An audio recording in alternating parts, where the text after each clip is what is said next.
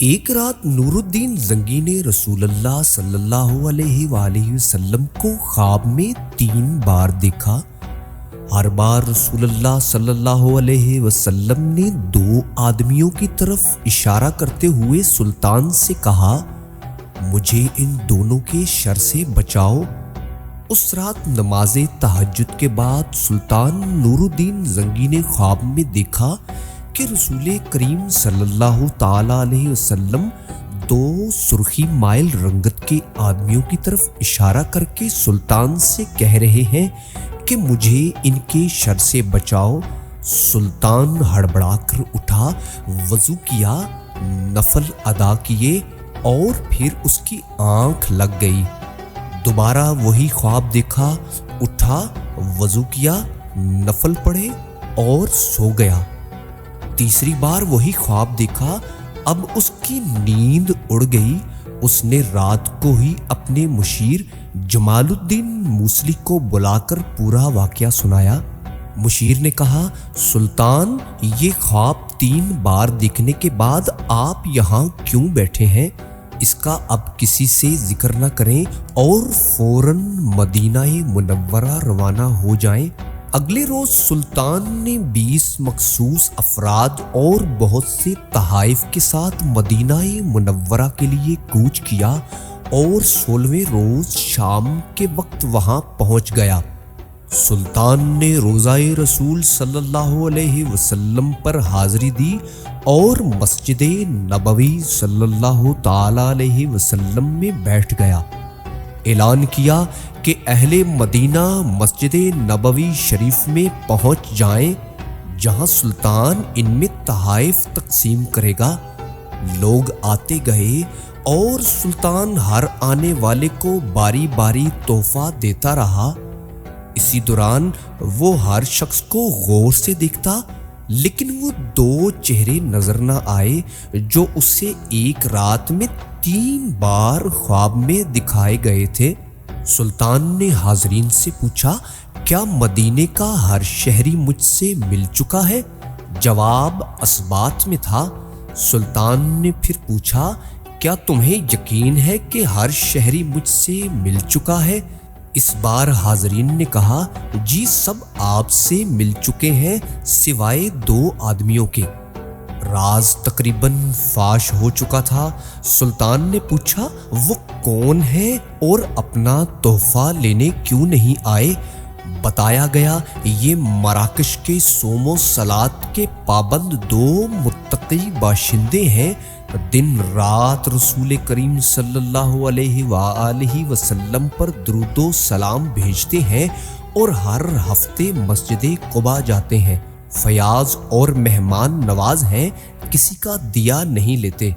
سلطان نے کہا، سبحان اللہ، اور حکم دیا کہ ان دونوں کو بھی اپنے تحائف وصول کرنے کے لیے فوراً بلایا جائے۔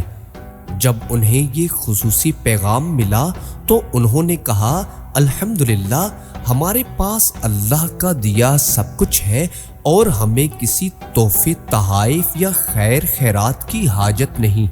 جب یہ جواب سلطان تک پہنچایا گیا تو اس نے حکم دیا کہ ان دونوں کو فوراً پیش کیا جائے۔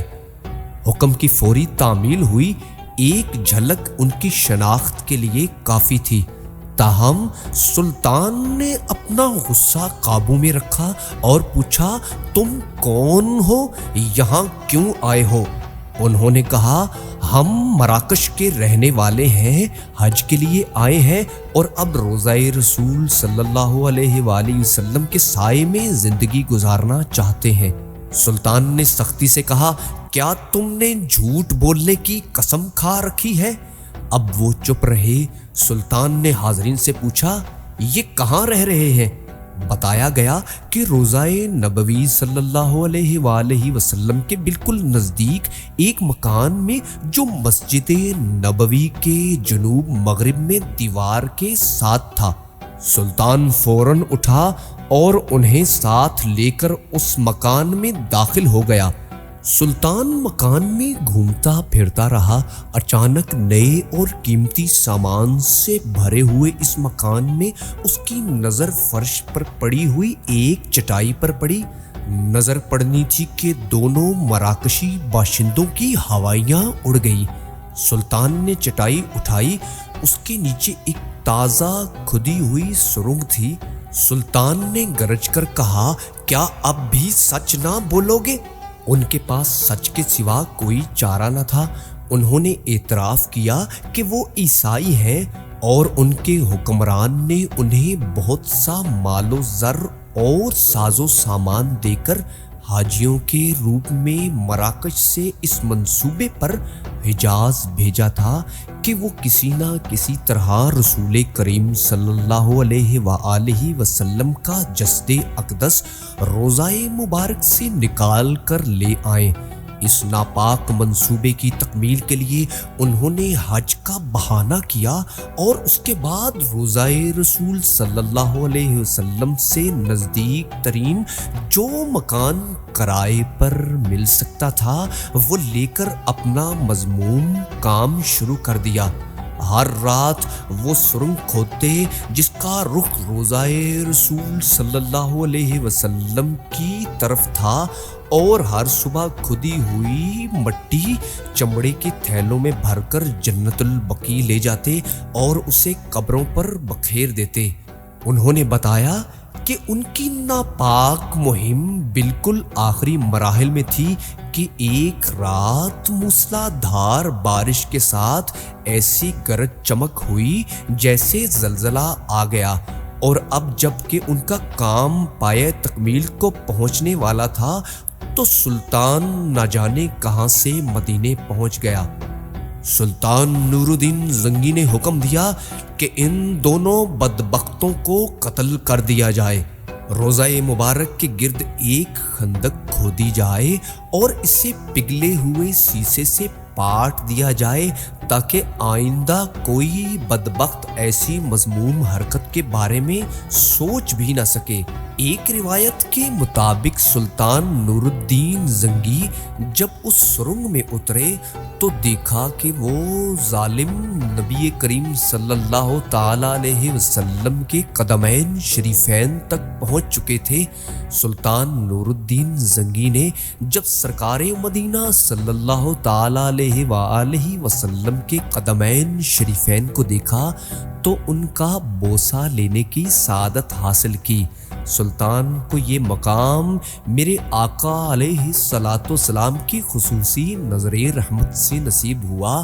اللہ کریم سلطان نور الدین زنگی کے درجات کو بلندیاں عطا فرمائے اور ان تمام شریروں ظالموں کو تباہ و برباد فرمائے جو نبی کریم صلی اللہ تعالی علیہ وسلم کی ذات اقدس کے بارے میں برے نظریات رکھتے ہیں۔ اللہ کریم ہمیں سرکار مدینہ صلی اللہ تعالی علیہ وسلم کی محبت میں جینا اور مرنا نصیب فرمائے، آمین یا رب العالمین۔